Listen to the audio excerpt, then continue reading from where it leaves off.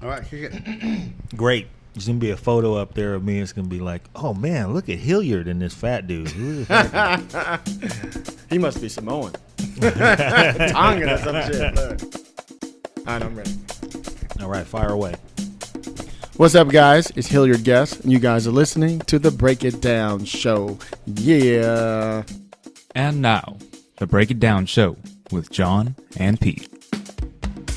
Our good friend, and he doesn't know it, but to some degree, our fearless leader, Hilliard Guess, with us this week on the Break It Down Show. So, Hill, we wanted to grab you real quick because we were popped into town. Mm-hmm. Of course, we want to see you every time we pop into town, but, man, you are busy. I am. Man. See my tired eyes? Mm-hmm. Tired eyes. I see your tired shoulders, too, man. You are just, man, lean and mean. You know, I'm one of those people, and you guys know, I'm pretty focused. Mm-hmm, you know, if I make my mind up on one thing, I do it. If I say I'm going to be a vegan, I'm going to be a vegan for life. You know what I mean? But I'm not. You're going to rub that shit in, aren't you? Okay, I'm a carnivore then a motherfucker, Jay. Okay. No, but really, I'm really stubborn. Mm-hmm. You know, I don't drink or smoke or do drugs and shit like that. So my whole thing is, if you say you're going to do some shit, follow through. Yeah. You know, that's just how I am. I try to follow through with everything. If I say I'm going to have a script for you by this day, I have it a day before. Mm-hmm. You know what I mean? So that's just who I am. I'm stubborn. And you've been stubbornly working out like a motherfucker, too. See, I got my shit here in the office. Your shit right here in the office. I don't be playing, Jake. You be throwing them things around, too. Exactly. Brought the guns out and shit. Don't tell nobody, though. You know, we came up here, we were like, hey, we could go to Pink's after this. You know what? I'm gonna give me a we gotta kill some time anyhow. I'm gonna give me a foot-long jalapeno dog and have them smother that shit in pastrami. See, that never even occurs to me. I drive by there every day. Never even, no. The smell of it, I'm like, oh, it just smells like grease to me. I don't know what it is, but just for that, I'm gonna get some cheese fries. See, just to spite what you're not smelling is the gravy. That ain't grease. That's gravy. Okay. The same shit they use every day. They just keep turning it off, turning it on. As the saying goes, yeah. Remember your mom just had that shit in a can, that big Crisco. It just kept going. She just keep refilling that motherfucker. Yeah. That shit sat under the sink, too. Yeah. You know what? When you are preparing a meal and somebody reach under the sink, that should tell you something. Yeah. Well, down there where the roaches is and shit. Yeah. Yeah. Even the roaches, though, you huddled up in the corner going, I ain't eating that shit. Exactly. You're eating that? You don't see me eating that shit. Mm-hmm. But no, man, you look terrific. Thank you. And the busyness hasn't stressed you out. Oh, yes, it has. No, it has not either. Yes, it has. Okay. When you wear that stress well. Thank you. But, I mean, I go to the gym to unwind. Mm-hmm. See, the problem is most people don't have anything to unwind to. Right. So it's food or it's something negative, you know, alcohol, whatever it is. For me, it's the gym. But I do like supersets. I go in there quick, 20, 30 minutes, and I'm out. Mm-hmm. That's it. I don't do 2 a days. I'm not in there for 4 hours. You know, I should be way bigger than I am, but I do 20 minutes. Yeah. You know, I'll never be big doing that. I just maintain. So that's my thing. Okay. So throughout all of this busyness, I'm going to stop talking about the workout shit because you remind me how bad transition, man. Yeah. Here we are in another direction. Exactly. Tell us the things you're working out. See, I even said working out. Damn. I work out. You're working on, let's see, I'm going to see how many I can get here. You have your surf music documentary. Correct. Do you have that titled? Yeah, it's called Full Circle, Story of the New Dimensions. Okay. Mm-hmm. The New Dimensions. Do you have a zombie script you're writing or have written? It's already written. Already written. Mm-hmm. I turned that in to the producers about 2 months ago. Yeah. And he said he was going to have that shit done 2 months ago, so he did it 2 months ago. Mm-hmm. Yeah. Mm-hmm. Yeah. I turned it in on time, too. Yeah. That's what you do. You have your... I'm doing the Black Wall Street movie. Oh, okay, right. That's another assignment I have. Mm-hmm. That sounds interesting. Yeah, that's due in 2 weeks. Wow. It's crazy. That's where I'm stressed. I see. So let's talk about them in that chronology. Sure. Because you were in Sacramento recently shooting the opening scenes of the film, and you dragged Pete up there with you and put his... he fed me donuts. Put his butt to work. So... Yeah. That film takes place in 60s Los Angeles, and you went to downtown Sacramento, a neighborhood that looks a whole lot like 60s Los Angeles. Exactly. Minus the palm trees, I guess, right? Mm-hmm. Yeah. But you weren't shooting those. No, we were looking for a house that looked like it was like early 60s, 50s, style. Because the kids are very, teddy boy, surfer, kind of look. Yeah. So we found 6 kids to play, the original members of the band, the New Dimensions. And we were doing like an opening scene, which is going to be the opening credit scene. And I wanted it to be really cinematic. So we had the drone and we had all these, crane shots and, crazy things that we were doing.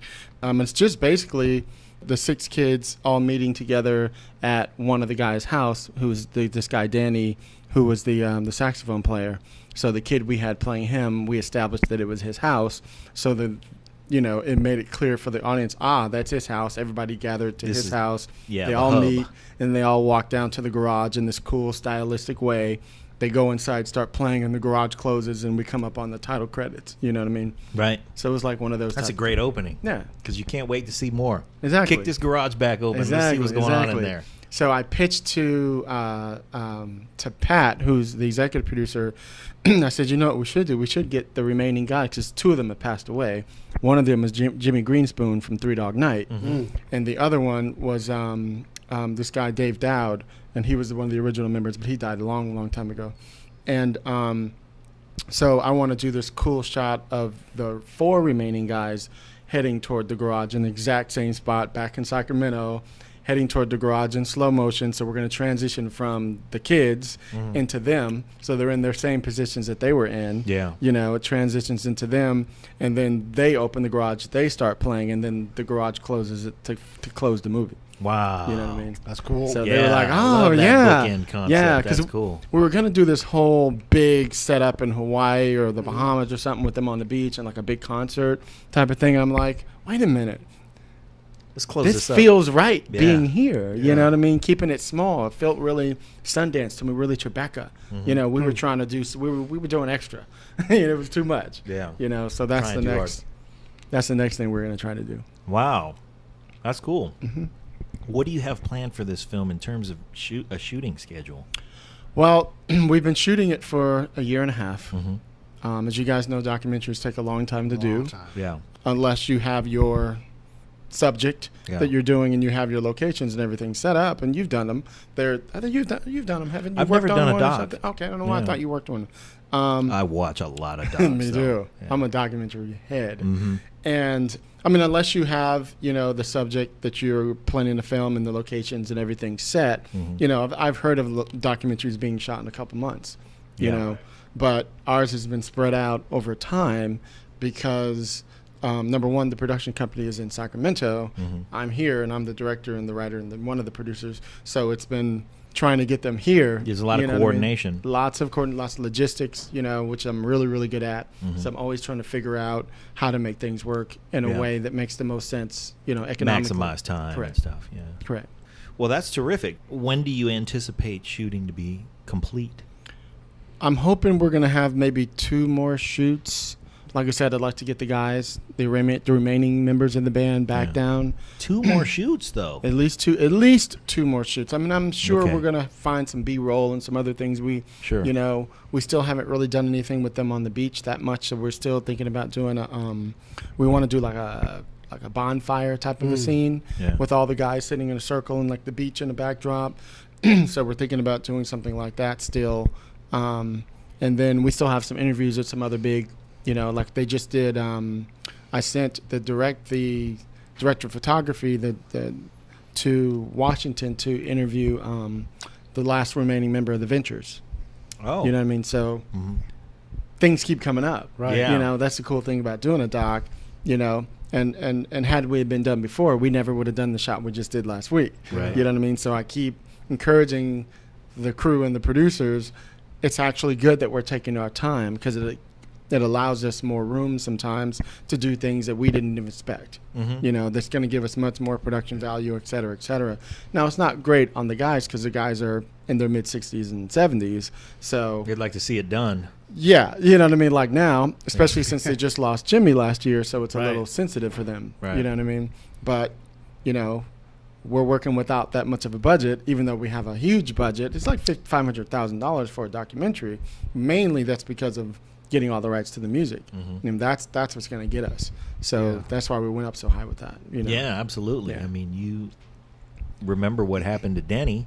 Denny Tedesco, who was our episode 8, I believe. Something like that, yeah. But And he was on my show. He was Thanks on to your you guys. show, yeah. He's awesome. yeah, he is. Awesome. He's such a great guy. But you are documenting a very specific trajectory of a band. And so, thankfully, that limits your exposure to that expense. But it's still a hefty expense. Yeah.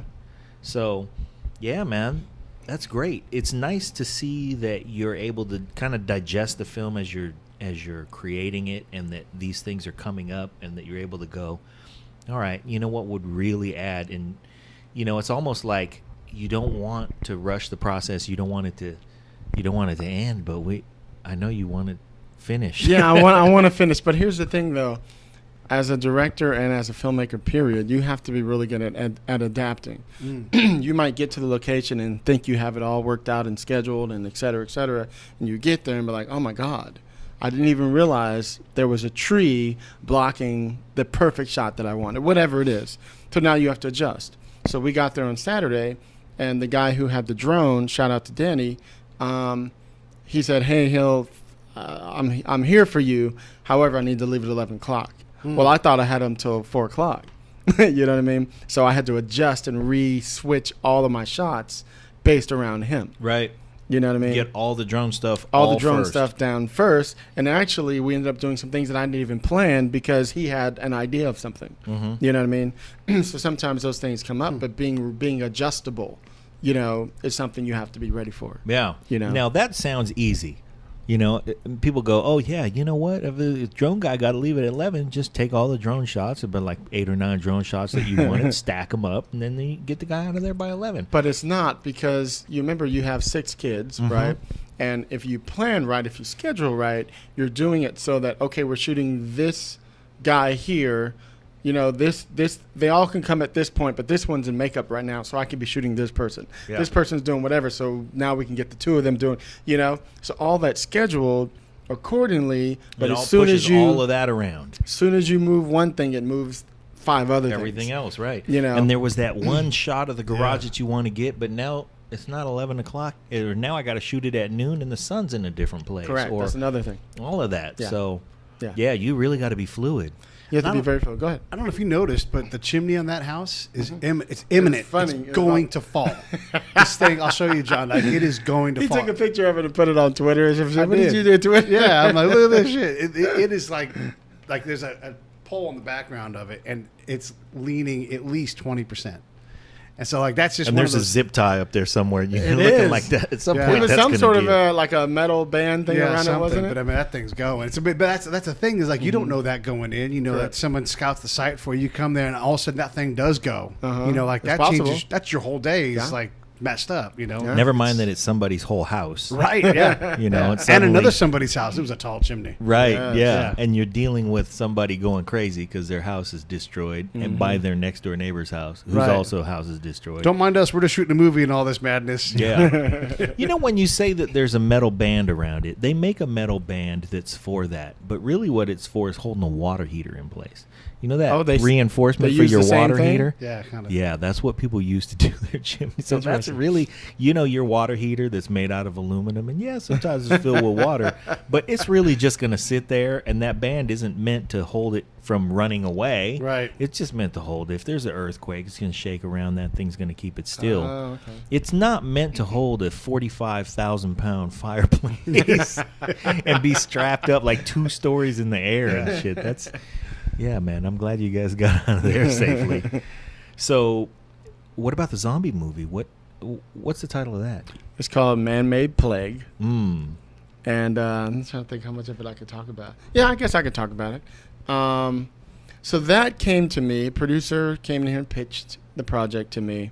I thought it sounded hella interesting. However, he wanted kind of like that Pride and Prejudice versus Zombies big. He pitched this to me. This is for the listeners to hear. I don't mind you guys hearing. So he pitched because he's really cool. So he's not like I'm gonna get in trouble or I have an NDA and all that shit like that. In essence, he pitched to me this. He said, a soldier, a zombie, and a a former soldier, a zombie, and a doctor get trapped in a time machine and spit out into the days of the samurais, and it turns into, samurais versus zombies. And I was like, okay, I see that big movie, and I just listened and I says, I'm not the guy to write that. And he was like, well, what do you mean? Like, you're the guy. I heard you, you love your Walking Dead, blah, blah, blah. Yeah.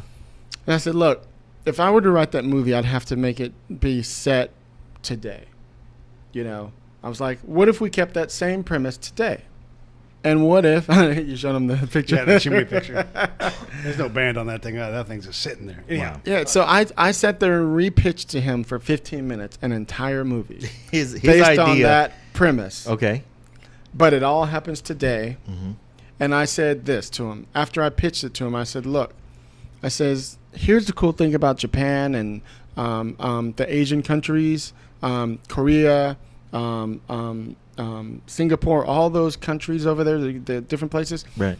they have amazing actors. Mm-hmm. What if our two main guys are American? Mm-hmm. Everybody else in the movie is Asian.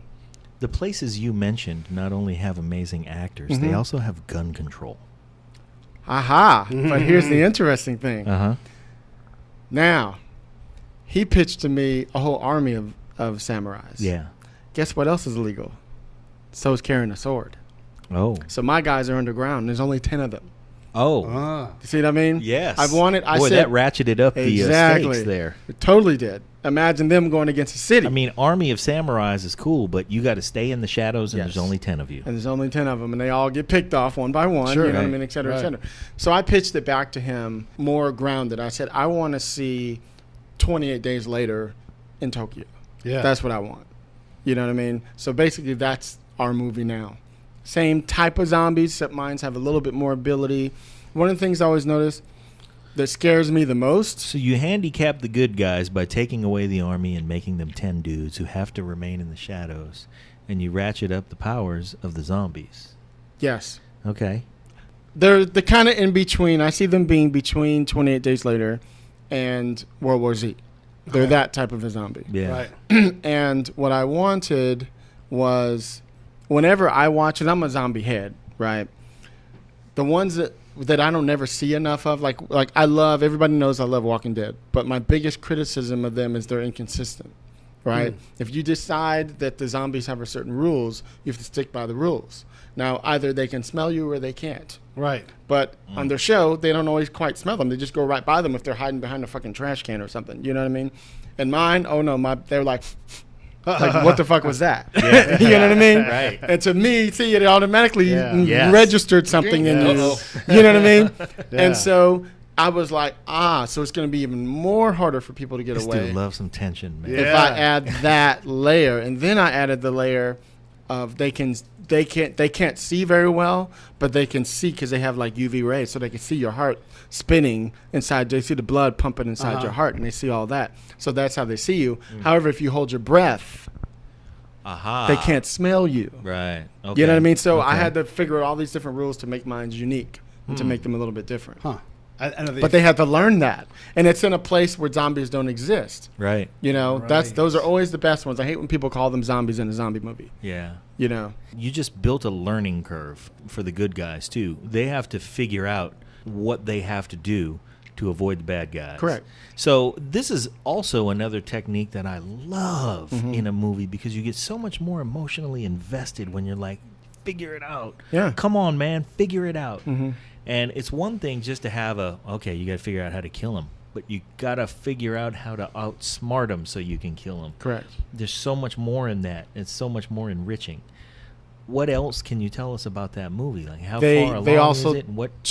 they turn in like 15 seconds. Oh You wow. know? Yeah, Fast. I needed them to turn super. And are they They're fast? fast. zombies? They're fast. They're like World War Z and 28 Okay, Days Later. okay. They're like, Yeah, but they can they're in real time. They're real. Yeah. You know what I mean? They're not like they can leap over buildings. Like that was one of my issues with World War Z is Yeah. they piled up like Too crazy. Yeah. It just looked so fake to me. Mine are it's all in real time and real. Right. You know what I mean? You're in situations where it really could happen. The only thing different is they're infected and they need to feed. Right. You know what I mean? Yeah. Yeah, wild. Yeah. Huh. That's terrific, man. That sounds like a lot of fun. Yeah, lot it's of a fun. fast-paced, 95-page script. You know what I mean? And so I have a couple producers out looking at it right now. You know, we think we could do it for about $10 million, something like that. You know, to do it right, it's just full of action. To do it right for $10 million. And that's cheap. That is really yeah, cheap. that's cheap. I mean, you're talking about wielding swords. You're talking about Yeah. zombies that move fast. Yeah. You're talking about all the detail. Once you get into, you know, the and now you got to do like small reactions. Right. That just piles So we need up. actors. That's what piles I'm saying. up They the still have shots. to And that act. costs money. That's right. Correct. Yeah. Well, you know, I'm sure that a lot of them want to work over there. You know what I mean? And I love foreign movies, so I'm always watching these obscure movies that most people haven't seen. I'm like, who are these fucking actors that we're not even aware of? Right. Yeah, You know what I Yeah. mean? So that was my plea to the producers. I'm like, guys, let's find these guys. Let's cast these kids. The other thing I have going on in the movie is so what happens is once the scientists and the soldier and the zombie end up inside of the time portal, they all have to and they land in Tokyo. They land in a big park because you know in Tokyo there's all those parks like all over, and they're kind of like what's the big one in New York? Central Park. It's like Central Park. And so they land there. The zombie escapes. They wake up and they're like, "Oh shit, we have to go into the city." They come over the city. They come over the hill and realize, "Oh shit, we're in Tokyo," you know. And then they go into the city. The zombie just starts spreading, and you just see it just biting folks. You know what I mean? You can do that drone shot where you go up 200 feet and you go, oh shit, yeah. this is just You ain't spreading. gonna make it. And people biting. Exactly.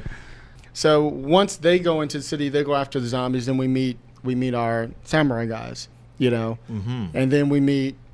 Well, I have these group of 5 parkour kids who are like that Japanese street style. Sure. You know, so they're badass. Yeah, that's but fun. The baddest one is a female, and that happens to be her father, who's the That's master even more sensei. fun. You know. Yeah. So they all come together toward the end. Of course, everybody gets picked off, and finally the last few finally get there, and they have 12 hours to get back to the time portal to reset it to get recollaborated back to where they were. So it's one of those type of movies. That is fun. Yeah. That is a lot of fun. Mm-hmm. Wow. And that was just all off my dome. I was just spitballing. Now, this all happened while the dude's sitting there going, oh, okay. I was. Yeah. I had a Well, different I had idea. that idea. Yeah. And you did. Okay, cool. So, how quickly does he react? Because Well, put it this way. he had a great idea, but you just took it to a different place. Yeah. Well, I just said it more in reality. I think really, it still has his premise. Yeah. You know, the 3 still get stuck in the time portal, whatever. They get spit out in Japan. They're just spit out in Japan today. You know what I mean? Just happens today, and they got 12 hours to get back. Boom. Yeah. You know what I mean? So it's not really as much a time portal as it is just like a yeah. It just wormhole. shoots and you. it spit them somewhere Yeah, else. it just spits them out somewhere else. Yeah. Yeah. And for some reason, that's just easier to buy because, you know, that movie where the kid was like a Cubs fan or whatever, and he got thrown into the medieval. Yeah, that was corny. Yeah. Yeah, see, I don't I mean, want that. time travel seems like a cool concept, but nobody pulls it off to a degree where you get really, I don't know. There's that one Irish chick show. I don't remember what it's called. It's easy to get lazy with it because it's the automatic fish out of water story. Yeah. Sure. Automatic. So now you're like in that realm, but that's not good enough. Sure. Like we've It's all. easy to get lazy with it. Yeah. Yeah. Like, oh, what if we take this dynamic and put it with that dynamic? Ooh, that doesn't yeah, mean you've that's- got a good movie. Right. No. But you know, if you keep somebody interested and make it a page turner, Yeah. you know that's the key. And But what does that mean, though? I mean, I do that. But how do you go that next step and not be lazy and make it a page turner? well, 'Cause no one writes a bad movie here's on here's an purpose. example. Yeah. Remember I brought up to you guys that they smell, and you Yeah. guys went ooh. Yeah. So I know okay around this page I need a type of scene where we show an infected. That's what I call them in my movie. We show one of the infected do this. And now it's a new thing you didn't know they knew how to do. Now you're curious. Right. You know what I mean? So it allows us the opportunity as in the audience to go through the discovery process with Correct. our heroes. You go on the ride, Yeah. you know, and you don't know the rules like they do. Right. So you got to learn. Remember, we all are locked into what we think zombies are. Right. So if I made mine's different, Right. now you got to learn my rules. Mm-hmm. You know what I mean? So yeah, that's just establishing that one too. You go, Correct. oh, this is all different. correct. Hmm. Correct. Man, That's my favorite part of like that the is a hero great stories, the technique. comic book stories. Mm-hmm. I really don't care like once the next baddest boss comes around for the sequel 3. Like, Yeah. I already know what's going to happen. You're going to win. But I do want to see you discover your Here power. comes Milky Eye. Yeah, exactly. Oh no, this guy's from outer space. He's really dangerous. Like who cares? But but that realization, and like in Unbreakable, when Bruce Willis is discovering it, like that's where M. Night Shyamalan like messed it up. Like, give me more of that. Don't like, because then once that happens, like, oh, well, Yeah, the movie's already over. yeah, Yeah. he's unbreakable. This guy is breakable. Mhm. Hurry up. Let's Correct. get to the end. Correct. Yeah, you summed that up Yeah. in a way that made me go, oh. No, M. Night, come on. So these infected, they smell breath. And if you hold your breath, then they have a harder time smelling. They just have a harder time smelling. I mean, they can still see, Yeah. but like there's this really cool scene. I don't know if you listened to my previous episode I did, that we actually read one of the scenes in there. Oh, no, I didn't read that one. And, Lisa and I used to do it all the time. And we haven't done it in forever. So I was Yeah. like, okay, let's do this kick. We did a whole thing about action, like how to write action. So I wrote this kick-ass scene in the subway between the main parkour girl and her ex. And he just got bit. She's on her way down the subway tunnel in the dark, and she's trying to light her lighter. And finally, once it lights, she finally sees a little spot of light, and she hears one of the infected screeching in the background, so she knows one's close. So she parkours up the wall, up to the rebar, and hides up there and holds her breath. And the infected comes by, and she looks down, she sees it, and it doesn't smell her, and it keeps moving. All of a sudden, she's about to climb down, another one. She hears it, she climbs back up, and she looks down, and it's her ex. And she's like, oh, shit. But she breathes. And then we see the thing go and look up. You know what I mean? And it's this whole little scene between the two of them. They get in a fight, and the gun goes off, and it goes to black. It's like, who got shot? You know what I mean? But I left you there wondering, well, what happened? Yeah. What happened? And next time we see her, we realize something happened to her. John and Pete. Hey, everybody, if you like the Break It Down show, I can dig it. And of course you do. of course you do, hit that subscribe button. John and Pete. It helps us out. Hey, if you're going to like the show on Facebook or on Twitter, it helps us out if you share the show so people can learn about it. So liking it is great. Sharing is even better. Let's do some spy stuff. Yeah, just Let's sneak get in all there. our friends' phones and have them subscribe to the Break It Down show. Do it. Subscribe. Listen to the show. If you love the show, tell 5 of your friends. Or if you hate the show, tell 5 of your friends. So, but it's just all about keeping you on the edge of your Hill loves of your tension. feet. I love. You don't have a movie without tension. No, that absolutely. You go on a roller coaster to fall down real fast. Correct. Yeah. And this is what this is. This gives us the sensation that we love so much. The fact that you have these groups going at each other in a way that now has all these subtleties, the sniff and the look up and all of that stuff. I just keep seeing your shot list pile up. Well, I'm not directing it, so it's fine for me. Yeah, You let know. them deal Let with them it. Is there deal like with a it, running you know. time clock in the lower corner? Keep track of how much I don't know. time's I left? mean, I don't know what they plan to do. I Yeah. mean, you know that what the time is because I keep showing it every blue Oh, moon. okay. So it's there. Okay. Yeah, okay, it's there subliminally. I don't want it to be like 30 seconds. Yeah. 3 hours left and 20 seconds. I don't want it to be that. It's just Yeah. more so like we know, shit, 2 hours left. Right. Toward the end, I start heightening that up Sure, a little sure, bit yeah. because we know we're on a time clock. Right. And we see You haven't bugged us with it the whole movie either. No. So now it's time. Oh, okay. Now Yeah. we're kicking it into gear. And there's kind of a reversal where they thought they had 12 hours, and all of a sudden, by the time they get to the place to recalibrate, he's like, oh, shit, we have 36 minutes. Wow. You know what I mean? So there's a little reversal. They thought they still had more time. Yeah. So now it's a race to get back to the park 'cause they have to get back to the exact same spot they landed. Wow. In order to get there to the portal, open it up, and get spit back out, And it's all about saving his daughter. Sure. His daughter was there at the research center. He took his daughter for like father-daughter day, Father-daughter day, yeah. but he's not supposed to. But Right. because he's the head security guard, he's like, I do what the fuck I want to do. Yeah. And he was showing off to his daughter. He doesn't get to see her all the time. And Yeah. then it just happens on this particular day. He did it on the wrong day, Right. So they're in a race to get back. Wrong day. Wrong day. That's the thing, Bring though. your daughter to work. That's the thing, though. In every movie, you should ask yourself, why Yeah. today? Why today? Why are we doing this today?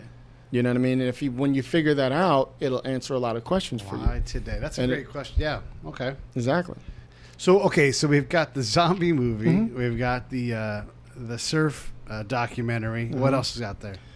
So I can't talk that much about it, but I'm doing the rewrite on one of the Black Wall Street movies.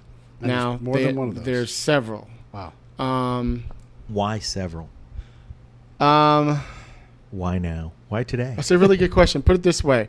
They hired me to do the rewrite on this script, and I'm doing a page 1 rewrite, actually. I'm pretty much starting over and completely. There's a few minor things in there that I'm keeping for the sake of an argument, but I'm completely rewriting the script. They announced stars that we were doing our movie. They hired me to do mine, and then a week later, Oprah announced she was doing hers. She's doing like a 4-part movie of the week or something, and then You mean John this lady? Legend. You mean this lady whose office is right over there? 200 feet away. Yeah. And then John Legend announced he's doing his like a day or so later. And he's doing one on WGN Network. And I don't know if he's doing a series or he's doing It's something. like when too. there were 7 Joey Buttafuoco movies. Now came out at the same It time. is like that, and you were like, yeah, she played the chick in the Joey Buttafuoco movie. No, that was not her.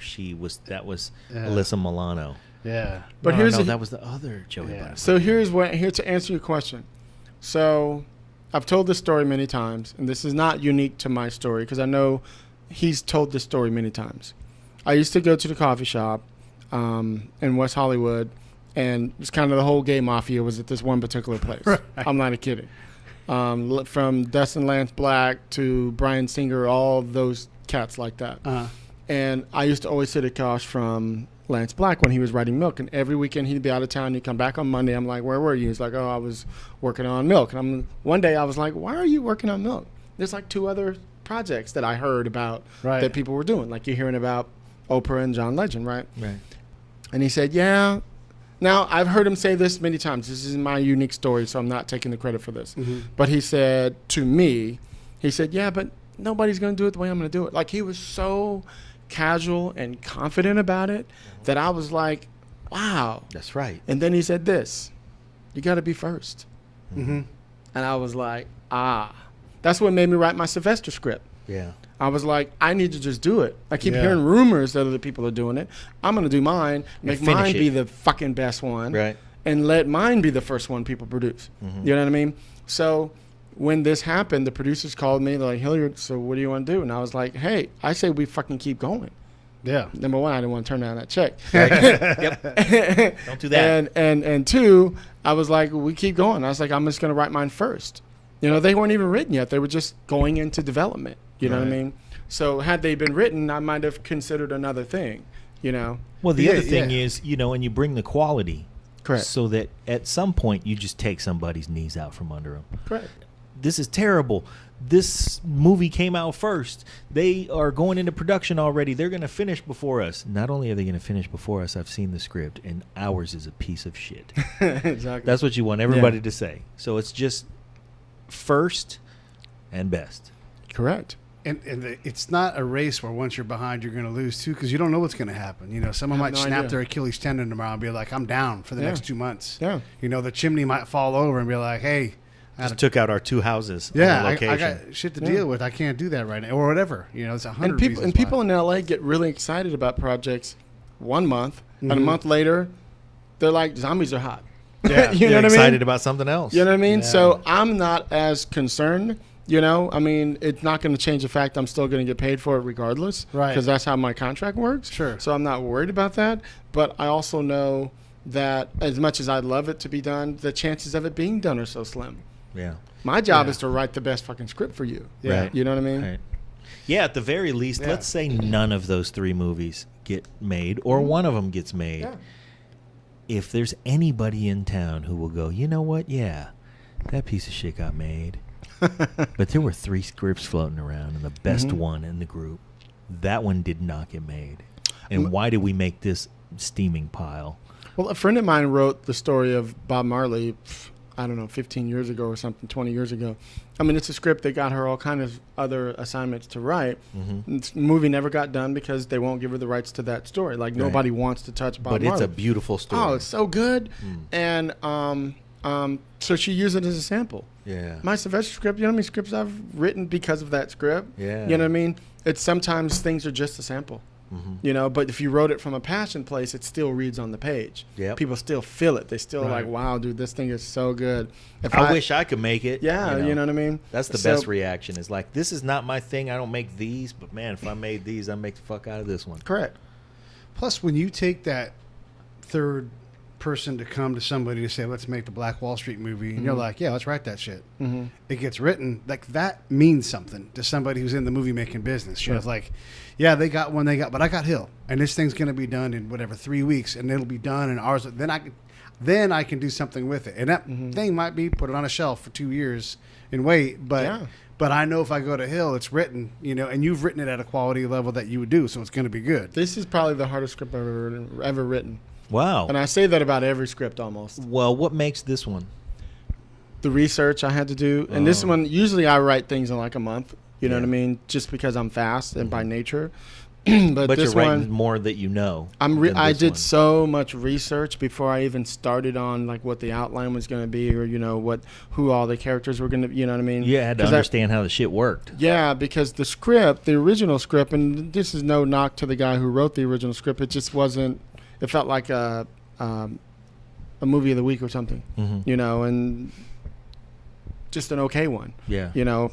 And what they wanted me for, they wanted me to come in and punch it up in a way to get stars to want to play in the roles. And for me, in order to do that, I had to just start over. Yeah. Yeah. You know, there's still a lot of moments that happen, but they happen in different ways. You know what I mean? I mean, our movie basically is Rosewood, you know, except in the end, they were bombed. Yeah. The only thing different is, in mine, they fight back. And they just get overpowered. You know what I mean? So what I had to do is find a way to make those characters interesting. In the original script, and this is, again, no knock to the person who wrote that, but in the original script, there was no, when the bombs started coming in and the Klan started killing all the black people, they were just killing random people. In mine, you know all of them. So that's what makes you feel. Oh. You know what I mean? Yeah. You're like, oh, man, that's the dude who owned the barbershop. Yeah. Oh, I that's love the that dude dude. who- That guy. Yeah. You know what I mean? That's what gets you. You know, just seeing some random person walking outside, you know, you might feel like, oh my God, they killed that little girl. But if you see, oh, that's the little girl who was singing at the beginning, Yeah. way more deeper. You know what I mean? Mm. So that's what I wanted to do, was to find ways to hook you in so that you liked everybody in the movie, even Yeah. if they're bad guys. Even the bad guy has a wife, you know, and has a situation with her because she has like polio or something. So he's dealing He's with her. got a and he takes motivation, care and of you're her. like, that, oh, I can't stand Exactly, that guy. you know what I can mean? see But I why. wanted to make him still be human, Mhm. you know, despite the fact he's a bad guy, despite the fact he's a Klan, you know what I mean, and all that stuff. So, and he's the one who drops the bombs, you know what I mean? So, but he has a family that he loves and cares for, you And know. we can all relate to that. But he believes if we just get rid of these people, we could have all this, you know. So I wanted to make sure he was a human being too. Yeah. Tension. Tension. Always creating that tension. That's right. Yeah. Tension, emotional investment, and payoff. Yeah. These Wow. are themes that we get throughout the show too. These are the same things all the time. We talked with Charles Quinn today. Same thing. He talked about how he moved people, and totally different process, but same kind of goal. Is you know, it took me a while to get to where my voice is now, but I'm gonna give you this emotion, you know, and then you're gonna go on a ride. You're doing the same thing. You're like, these zombies are gonna kind of look left, sniff, and you know it's on. Like that's gonna create an emotion in you. You can't help it. You can't help it. Yeah. You know what I mean? And that's, you know, when you ask me what's a page turner, I mean, that's how you do it, through curiosity. And it's actually how you write it on the page too. Like if you look at my script, the bottom of my page ends on a cliffhanger. So you have to turn the page to see what happens on the next page. It's intentional. Hill's You know, smart. but it takes years to learn how to do that and do it correctly. You know, when I read scripts and people just have these big blotches all in their scripts, by the time I get to the bottom, I'm like, you've lost me Yeah, because got my nothing eyes left are for supposed. this. Your eyes are supposed to be smooth down the page. They're supposed to just flow. Yeah. You know, and if they don't, you're going to be bumped. You know, and if you're bumped, that's a bad You're thing. giving people an out. You give me an out. You're like, oh, I'm going to give them one more page. And then you're like, nope. You know what I mean? Yeah, man. Wow. You know what show I just recently discovered? House that? of Lies. Oh, you just getting into Just that? now. All right. I'm probably in the second season, Okay. but I love Don Cheadle. Mm-hmm. You know, we have the same birthday, so I love it. So fast paced the way they it talk. is And fast. Mhm. It's fast and it's smart.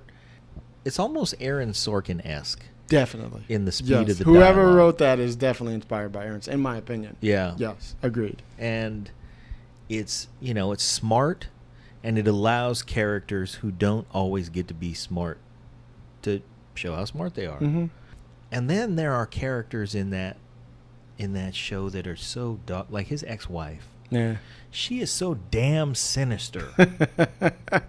You know, I wish she would die, but I don't wish she would die. Yeah.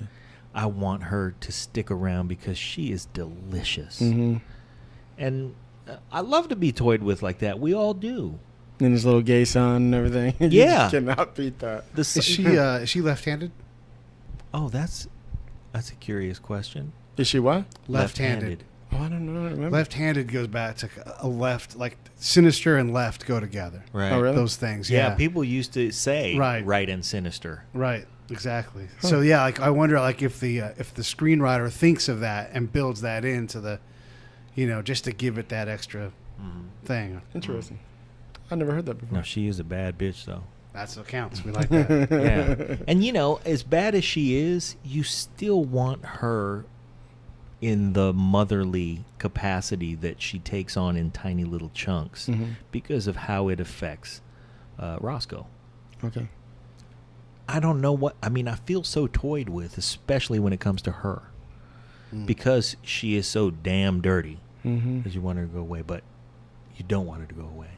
And You I need love her that, there. too. Yeah, I love that, too. Yeah, but that's the tension. That is But the see, tension. that's the personal tension for Uh-huh. Don Cheadle's character, though. They needed that Yeah. because he's so good at everything he does at work. Yeah, So we yeah. needed something at home to affect him. Right. You know, that's Something's gotta fuck with him. powerful. Yeah. You know, And it... Damn. And yes, and they made it so that the stakes could not be higher. No. They made it about his... about Roscoe. Mm-hmm. And really, the fabric of his family is woven by his absolute enemy. That's what's up. Yep. So, what Black- else do you want to talk about? Yeah, What Black can we- Wall Street. Is there anything else? I am producing some things Hmm. that are interesting. Oh, is I it time just- to talk about Yeah, them? yeah. We could talk about this one. I just produced this pilot presentation for Denise Harkavy. She's one of the writers on Queen Sugar, Okay. Mm-hmm. which is one of Oprah's shows, and Ava DuVernay. And it's about a female pimp. Oh. It's a very interesting world. You've got John's attention. I mean, it's a badass script. And it's Wow. from a female. She's like the female Tony Soprano. It's badass. I can't wait to see that. Badass. So it's in post now. I think they should be almost done the next week or two. I think they want to have it before Thanksgiving to go out to a couple of festivals and stuff like that. Can you say anything about who's cast in it? Nobody of note. Hmm. We hired a bunch of people who are just the right people for what we needed. Yeah. And nobody of note. No. But we have an award-winning DP, you know, and stuff like that. Yeah, And so it's going to look great. oh, It's gonna it be- looks fucking flawless. Yeah. You know. I almost want that female pimp to be Missy Elliott. You know, I don't know how she would do. This is based on a real woman. She went to jury duty like a year ago and met this woman who, I won't say her name, but she had the same name as Denise. And that was a joke. And befriended her. They started hanging out. And Denise is one of those people who's really known for hanging out with you, getting to know you, and writing a story based on something she hung around you with. Like she's writing one now, a pilot with a bunch of pawn shop dudes, and they but they're like really interesting. So she's writing this interesting pawn shop story. Right. So this one, she met this woman, And turns out this woman, she was at her house in the fucking hood. Turns out all these women are walking by in a skimpy ass outfit. She's like, what the fuck is going on? So she finally asked her, and she's like, well, I have to tell you the truth. They're like, 3 years ago, I was one of them. My husband went to prison. You know, I have this little 8-year-old daughter.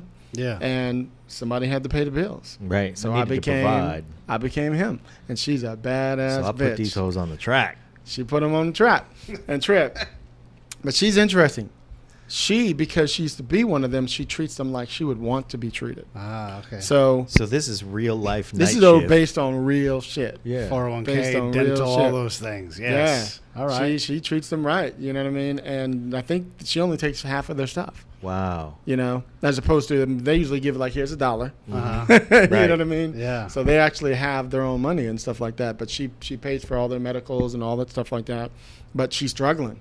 So guess what car they're driving in the movie? My Starsky and Hutch car. Oh, nice.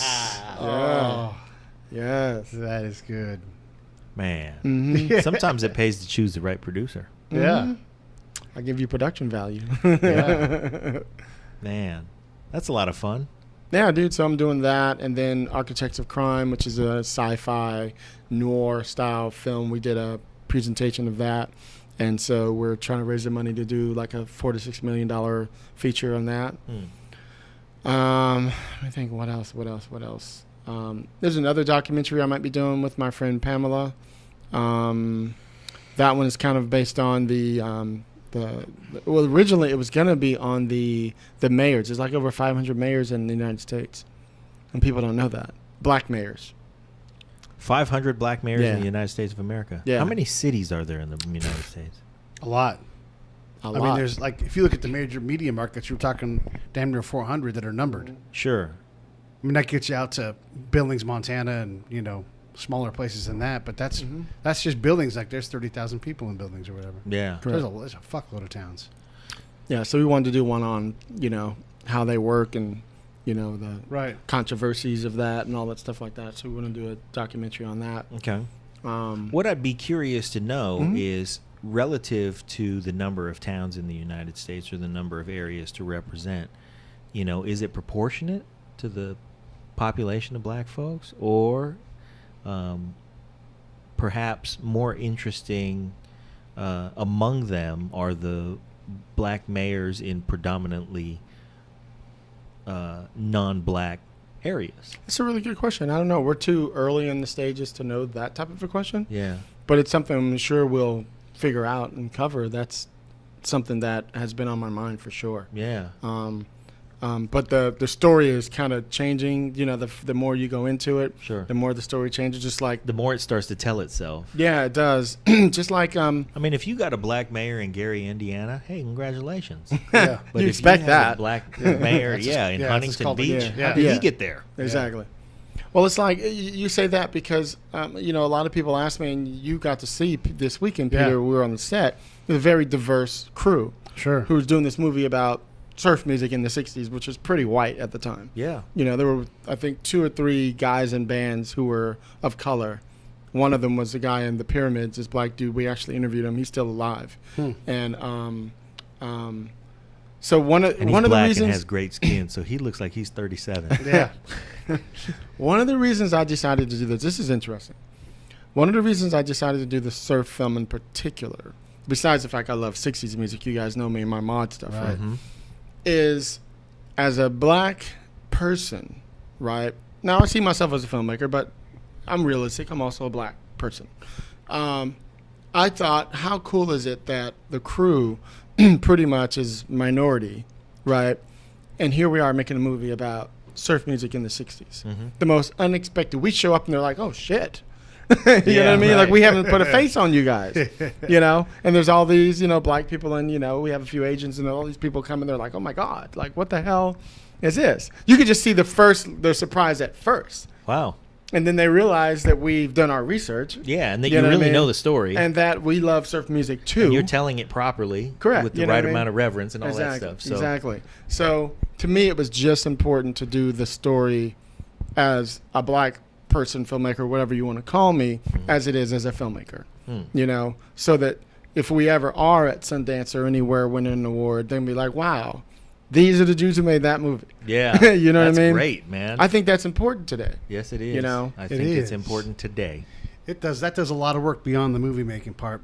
My buddy Rich and I have written several times about female empowerment in conflict zones. We're dudes writing about female empowerment, and it's hard to get attention from the female side because they're like, Really? "You're a couple of guys." Like, yeah, but no shit. We know a lot about this. Why stuff. not read? Why not read the piece? Yeah. You know, the funny thing is that you see when Pete posts these kinds of things, it's an issue of credibility, just like you're talking about, Yeah. because what ends up happening is people start chiming in with their bullshit. Well, you know that you'd have, and it's like, clearly this person did not read this article. Yeah.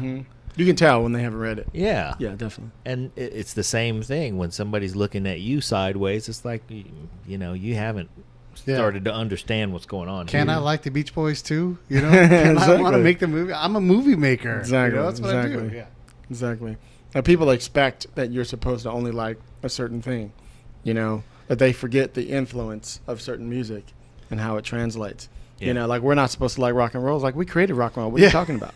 Yeah. You know right. what I mean? It's funny how that's all switched around, you know. It's like I was telling Scott last night, we were looking at the country awards a little bit, and I was telling him about it. I was listening to a podcast the day before the country awards came out, and these two people, shout out to the Reed, black people always gotta shout somebody out. They were like, now watch, Beyonce's gonna be on the country awards, watch. Somebody, one of those white country dudes is gonna make a comment about something. Sure enough, they went in. Well, I bet BET isn't going to allow us to be on their shows, yada, yada, yada. But they had no problem with Justin Timberlake being on there last year or somebody else. But as soon as there's somebody of color, they got something to say. Right. You know, she was pop. That was the whole point. Yeah. And the biggest pop star in the world. In the world. Bitch, you should be happy she on your show. She showed up. Okay. Yeah, that's funny. And I'm not laughing funny. That dude is funny. We had a guy on our show who is a childhood friend and huge influence on me in many, many ways, Toast Jackson. Okay. He's one of two black programmers of a country. Oh, I listened to the station show. That was a good one. in the United States. And you know what? He has no problem with credibility now that he's in his 9th year of doing that, because when he shows up somewhere, he can get in anywhere. Anywhere. And it's not like he shows up with a cowboy hat and shit. He looks like he's always looked. Yeah. But he knows everybody. And everybody respects him. Everyone's up to. Because they know they And don't have there's no fucking career without this motherfucker. Yeah. and that he knows what's good. Yeah. He's promoting what's good. You want to get on his, there's no like, ooh, well, we got to get in with the black guy. You want to get in with the black guy? Make a good record. There you go.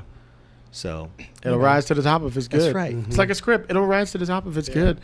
People say that it may take a couple years for somebody to find it. The good thing now is we have sneaky ways to get it in. That's true. You know, you can just put it on the blacklist. You can just put it on this particular website. You can, you can put it on, you can enter it in this particular competition. If it's that good, it's going to win. Yeah. You know what I mean? It will. You know, you can get there a lot faster now. You know, you can get people to read you faster. You can sign with an agent faster. You know what I mean? There's all these things now because you can make your own movie. You can, like I said, put your script on these sites and whatever, and things can happen faster. So there's like totally no excuse anymore, you know?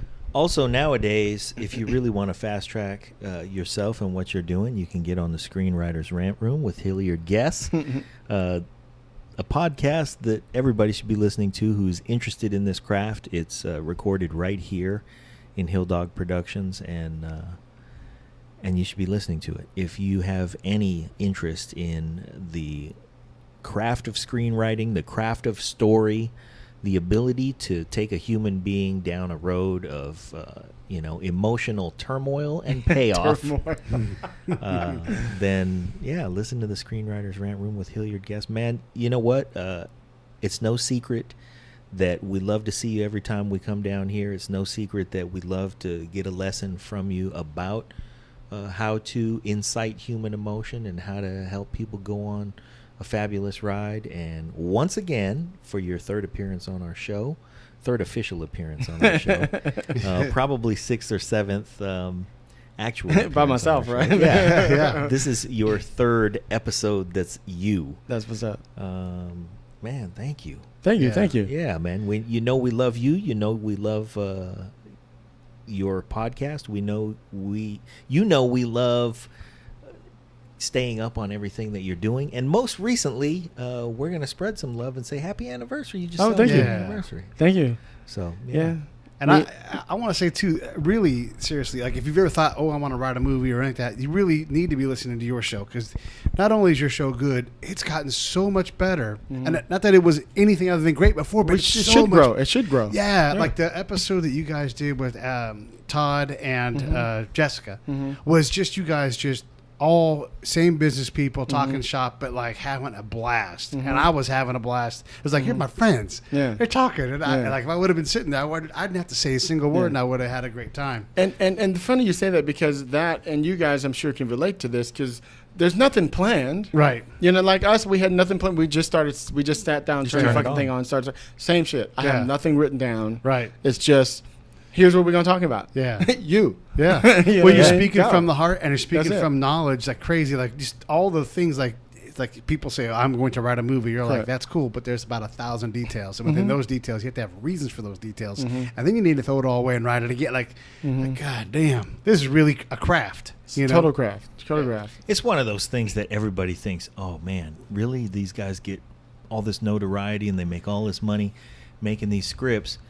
It's just like any other unsung profession that ultimately has a wonderfully high profile because of how important these things become, these Sure. pieces of work. People don't understand the hours and the sweat and Yeah. all of the things that the dues paying that goes into it. And the So- thousands of scripts I've read. Right. Yeah. Not like, oh, I read 2 scripts, but Yeah. no, it's and thousands then went of and, scripts and I've read. wrote and pounded another one out Yeah. in 3 or 4 days, and you had 120 pages of good. Well, That is 110. Not how it. That is I not try to how make it mine be works. under 100 now, but no matter what the genre is, I'm trying to make it fast. Yeah. You know, Wow. yeah. Well, thank you, guys. I do have a favor to ask you though, because Sure, what's I've up? never met Lisa. Oh, you never met her, Lisa? No. Can we do that How long next are you time in we're town? in town? Yeah. When you going we're- back? Right now. Yeah. Oh, shit. Yeah. Yeah. Okay. But next time we do Yeah, it, definitely. I'd like to get put ourselves in a position where we're in town the right day. Yeah. All right. Because, I mean, I really want to witness for myself what Sophista Ratchet is all about. I need to experience that for myself in the flesh. She's One-on-one. amazing. Yeah. Love Lisa. Shout out to Lisa Bolakaja, y'all. That's right. So, just to close up, listen to the Screenwriter's Rant Room, subscribe to it. You will not regret, even if you're not interested in the craft of screenwriting, if you have ever watched a movie, if you have any appreciation for pop culture, listen to the show. You will love it. I promise you will love it. And we love you, Hilliard Guess. Thank you very much. Thanks, Yeah, thank guys. you. Appreciate it.